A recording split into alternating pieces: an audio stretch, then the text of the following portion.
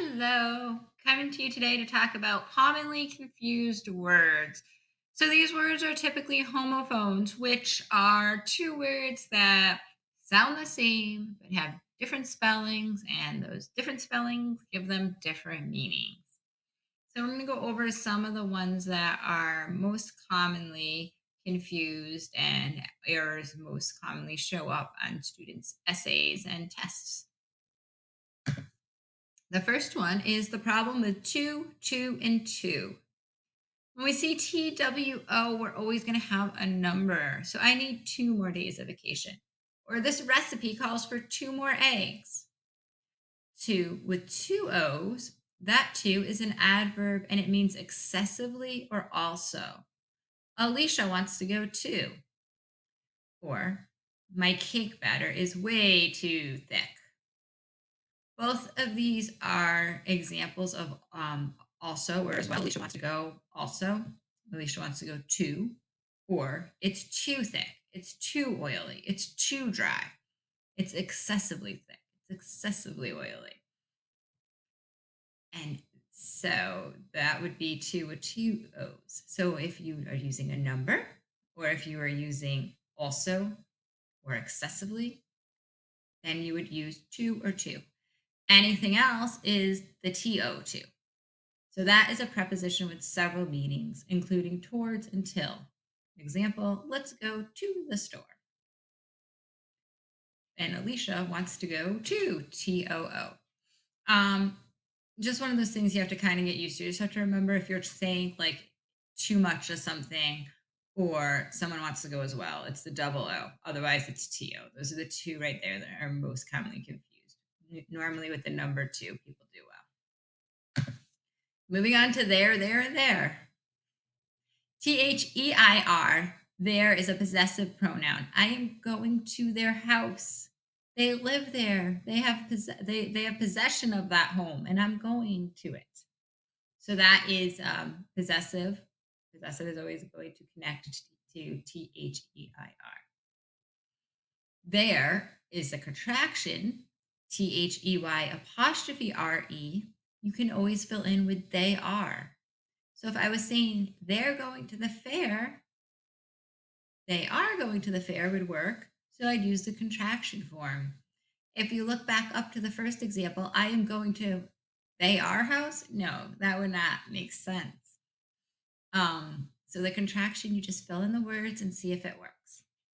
For everything else, when the contraction doesn't work and when it's not something that's taking possession, possessive pronoun, remember, possession means taking ownership.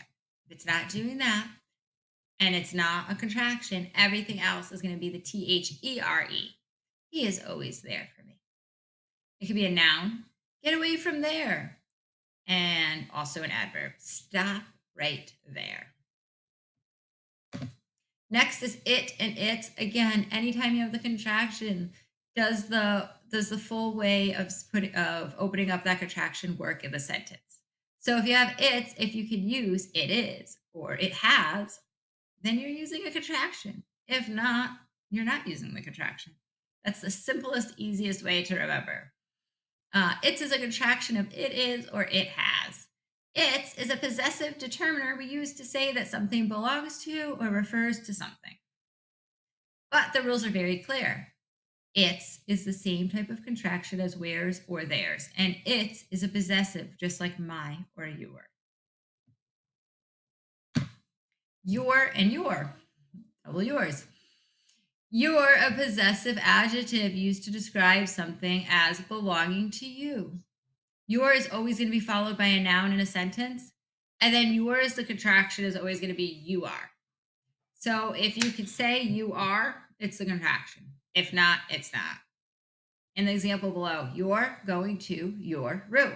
The first word is a contraction because I could fill it in as you are going to your room. The second one, we see yours followed by a room, which is a noun. So we know that it's going to be the non-contraction, but it also wouldn't make sense. You are going to you are room. Grammatically, that does not work. So you're going to your room. Okay, loose and lose.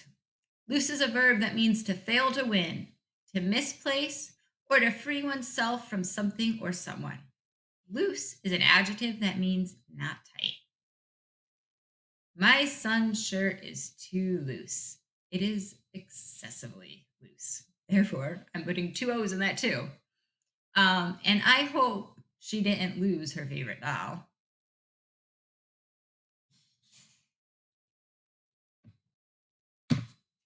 And the most common mistake that I see on my students' essays is accept and accept. Accept is to receive something, and accept is to exclude.